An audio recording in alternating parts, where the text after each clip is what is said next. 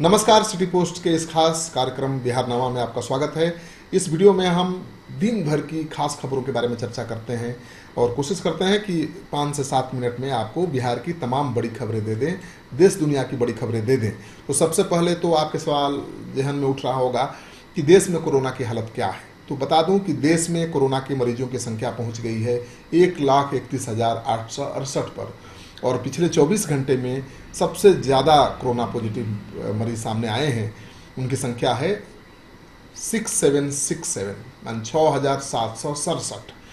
तो कोरोना का संक्रमण पूरे देश में तेज रफ्तार से बढ़ रहा है और सबसे ज़्यादा चिंता बिहार की होनी चाहिए, जहां पर देश की रफ्तार से 2 गुना से भी ज़्यादा रफ्तार से कोरोना का संक्रमण फैल रहा है। जी हाँ, बिहार में अब 3,000 का आंकड़ा छूने वाला है कोरोना संक्रमण का। जहां 15 दिन पहले सैकड़ों में तादाद थी, अब हजारों में संख्या हो गई है। तो सवाल बड़ा है कि बिहार बचेगा कैसे। तो कोरोना से जुड़ी हुई खबर ये थी आपके लिए। बिहार में दूसरी खबर मैं बता दूं कि भारत सरकार ने एक बड़ा फैसला लिया है। भारत सरकार ने कहा है कि जो भी हवाई जहाज़ से, कल से हवाई जहाज़ों की उड़ान शुरू हो रही है। हवाई जहाज़ से लोग विदेश से जो आए हैं देश में, वो भी अपने राज्य पहुंचेंगे, अपने घर पहुंचेंगे। तो केंद्र सरकार ने कहा है कि नागरिक उड्डयन मंत्रालय के आरोग्य सेतु ऐप में ग्रीन स्टेटस जिसको मिलेगा, उन यात्रियों को क्वारंटाइन करने की जरूरत नहीं है। यानी आपका अगर ऐप में दिखा रहा है कि आपका स्टेटस ग्रीन है तो आपको क्वारंटाइन नहीं किया जाएगा। लेकिन भारत सरकार के इस आदेश को राज्य सरकारों ने मानने से इनकार कर दिया है और खबर जो आ रही है कि केरल, कर्नाटक, असम, आंध्र प्रदेश, तेलंगाना, छत्तीसगढ़, पंजाब और जम्मू कश्मीर ने कहा है कि जो भी बाहर से हवाई जहाज़ से आएंगे उनको हम पेड क्वारंटाइन कराएंगे। यानी उनको क्वारंटाइन में रहना होगा और उसका पैसा भी अपनी जेब से भरना होगा। 14 दिनों का ये क्वारंटाइन होगा। कर्नाटक सरकार ने कहा है कि वह महाराष्ट्र, गुजरात, राजस्थान, तमिलनाडु, दिल्ली और मध्य प्रदेश से आ रहे लोगों को क्वारंटाइन करेगा। केरल ने कहा है कि घरेलू उड़ानों से आ रहे सभी यात्रियों को क्वारंटाइन में रहना होगा। तो अभी तो घरेलू उड़ानें ही शुरू हो रही हैं, विदेश से कोई विमान तो भारत आना नहीं है। लेकिन जो घरेलू उड़ानें शुरू हो रही हैं, उन जहाज़ों से भी जो लोग अपने घर और राज्य पहुंचेंगे उनको 14 दिनों के क्वारंटाइन में रहना पड़ेगा। ये बड़ी खबर है। तो आपको अगर हवाई जहाज़ से उड़ान भरनी है तो तैयार रहिए कि आपको क्वारंटाइन रहना पड़ेगा, और वो भी घर में नहीं, होटल में या कहीं सरकार द्वारा फिक्स किए गए जगह पर, और उसका जो खर्चा पानी होगा वो भी देना पड़ेगा। और दूसरी बड़ी खबर है देश भर के लिए कि उड़ीसा के हाई कोर्ट का बड़ा फैसला आया है। उड़ीसा हाई कोर्ट ने कहा है कि झूठा वादा करके, शादी का वादा हो या नौकरी का झांसा हो, अगर किसी ने किसी महिला युवती के साथ शारीरिक संबंध बनाया है तो ये रेप नहीं माना जाएगा। अब तक तो यही माना जाता था कि अगर आपने नौकरी का झांसा देकर, शादी का झांसा देकर किसी युवती के साथ शारीरिक संबंध बनाया है तो ये रेप माना जाएगा अगर आप इनकार करेंगे शादी से तो। लेकिन अब उड़ीसा के हाई कोर्ट ने इसे रेप मानने से इनकार कर दिया है। और इतना ही नहीं, उड़ीसा हाई कोर्ट ने निचली कोर्ट के आदेश को पलट दिया है।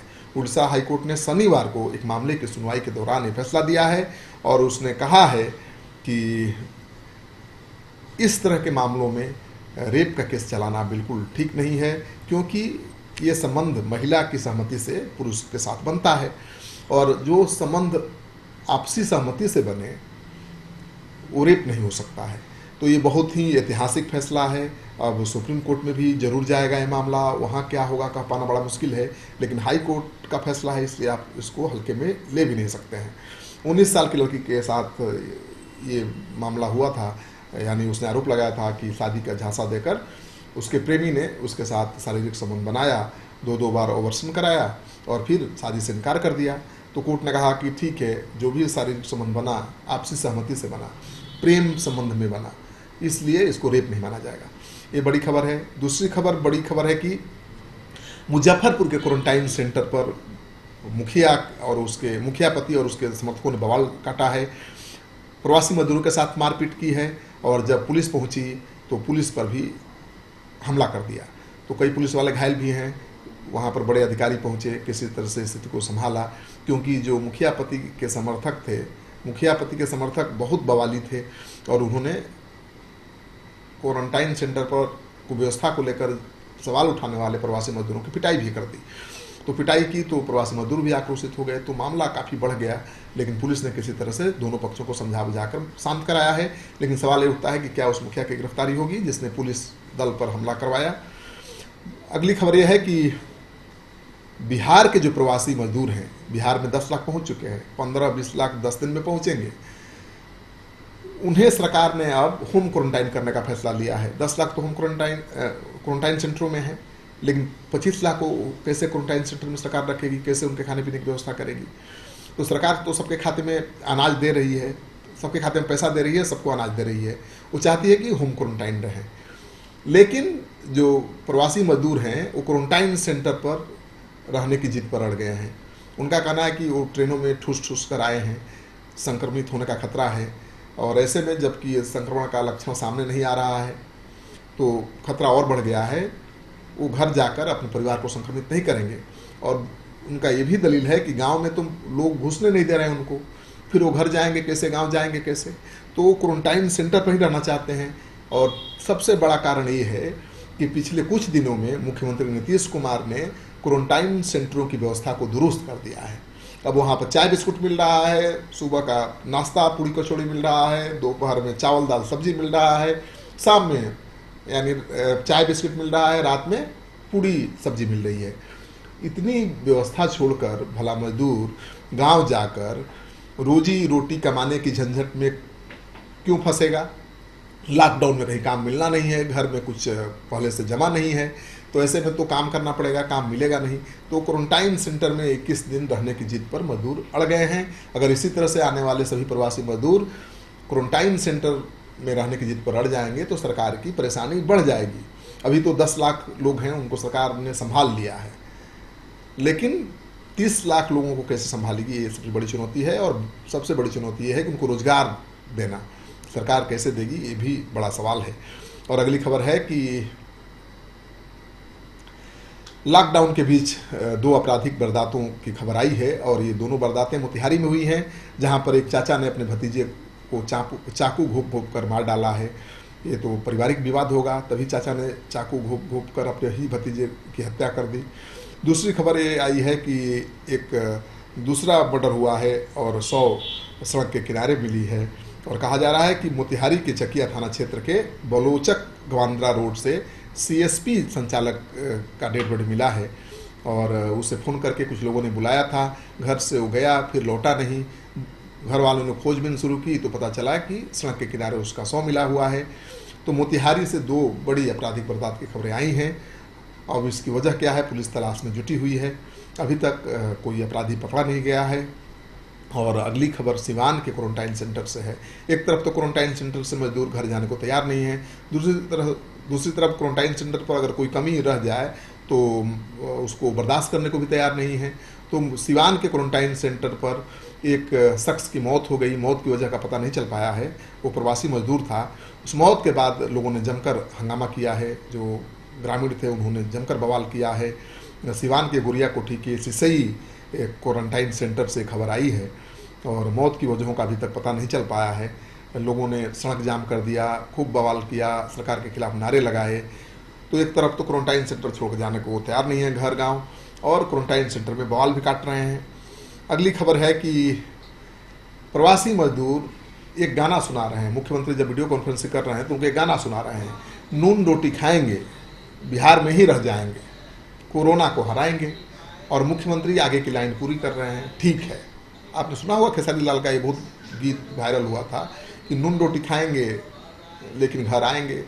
तो अब ये मजदूर गाना गा रहे हैं कि नून रोटी खाएंगे, कोरोना को भगाएंगे, बिहार में ही रह जाएंगे। और ठीक है ना, ये लास्ट लाइन है, वो नीतीश कुमार पूरा कर रहे हैं, ठीक है। तो ये गाना खूब वायरल हो रहा है, और हर क्वारंटाइन सेंटर में मजदूर यही गाना गुनगुना रहे हैं, क्योंकि उनको पता है कि अब आगे नून रोटी ही खाकर गुजारना पड़ेगा। जब तक वो क्वारंटाइन सेंटर में है, पूड़ी कचौड़ी खा लें, चावल दाल सब्जी खा लें, घर जाने पर तो आफत ही आना है, और इसी वजह से वो छोड़ने को तैयार नहीं है क्वारंटाइन सेंटर। अगली खबर ये आ रही है कि ईद का त्यौहार बिहार में फीका रहने वाला है, क्योंकि बिहार सरकार के आदेश के बावजूद शिक्षा विभाग ने शिक्षकों को नहीं दिया है ईद के पहले वेतन, और भी दूसरे विभाग के जो सरकारी कर्मी हैं उनको ईद के पहले वेतन नहीं मिला है। और आपको पता है कि मुख्यमंत्री नीतीश कुमार ने एक सप्ताह पहले ही 20 मई तक सभी कर्मियों को वेतन दे देने का निर्देश दिया था ताकि वो ईद का सेलिब्रेशन ठीक से कर सकें। लेकिन लाल फीताशाही, अफसरशाही की वजह से ये काम नहीं हो पाया है और इसको लेकर राजनीति भी तेज हो गई है। आरजेडी के प्रवक्ता मृत्युंजय तिवारी ने सरकार पर निशाना साधा है और पूछा है कि भाई आपके आदेश के बावजूद जो क्वारंटाइन सेंटर पर गर्मी में काम कर रहे हैं शिक्षक, उनको वेतन क्यों नहीं मिल रहा है? जो सरकारी कर्मी हैं, दिन रात मेहनत कर रहे हैं कोरोना के आपदा से लड़ने के लिए, उनको वेतन क्यों नहीं मिला ईद मनाने के लिए? ये ईद कैसे मनाएंगे? उनकी सेवई में चीनी कैसे पड़ेगी? तो ये बहुत बड़ा मामला हो गया है क्योंकि कल ही ईद है और आज विपक्ष ने इसको मुद्दा बना दिया है। और सबसे बड़ी बात यह है कि ईद तो मुस्लिम भाइयों का त्यौहार है, लेकिन इसको सब लोग हिंदू भी मिलकर मनाते हैं, मुस्लिम भाई के घर जाकर सेवई खाते हैं।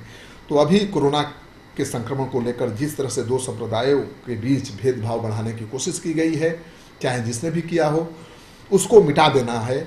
लेकिन सवाल ये है कि लॉकडाउन चल रहा है, आप किसी के घर जा भी नहीं सकते हैं। ईद का जो नमाज पढ़ना है वो भी आपको घर में ही पढ़ना है। गांधी मैदान में इस बार नहीं होगा कोई कार्यक्रम, आपको किसी मस्जिद में नहीं जाना है, तो घर में ही पढ़ना है और खुद से वही खाना है, अपने आस पास के खास लोगों को बुलाना है। तो इस बार जो मौका था कि जो खाई आई है हिंदू मुस्लिम के बीच, उसको पाट देना है सेवई खाकर, वो नहीं हो पाएगा। लेकिन ठीक है, दूर ही सही, दूर हैं लेकिन दिल से करीब हो जाए तो बात बन सकती है। मुझे लगता है कि ईद का त्यौहार एक बड़ा त्यौहार है और बड़ा संदेश लेकर आया है भाईचारे का, और बिहार इसको अवसर में बदल सकता है। और एक खबर तो कल भी आपको हम दे चुके थे कि 12वीं कोरोना मरीज की मौत बिहार में हो चुकी है और ये मौत पीएमसीएच में हुई है। और कहा जा रहा है कि ये प्रवासी मजदूर था, आइसोलेशन वार्ड में पीएमसीएच में भर्ती था और कोरोना जांच का सैंपल लिया गया था, लेकिन सैंपल की रिपोर्ट आने के पहले वो मर गया। अब रिपोर्ट आई है कि वो कोरोना पॉजिटिव था, तो निमोनिया से पहले वो ग्रसित बताया जा रहा था। पीएमसीएच के नोडल ऑफिसर के अनुसार बिहार में कोरोना मरीजों की संख्या में लगातार इजाफा हो रहा है और अब बिहार में कोरोना पॉजिटिव मरीजों के मरने की संख्या 12 तक पहुंच गई है। ये थी आज की बिहार की सबसे बड़ी खबरें।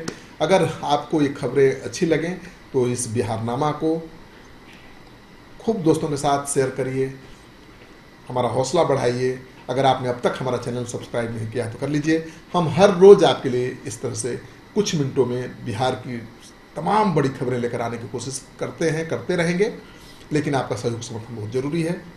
अगर आपने अब तक हमारा चैनल सब्सक्राइब नहीं किया है तो ज़रूर कर लीजिए आज। धन्यवाद।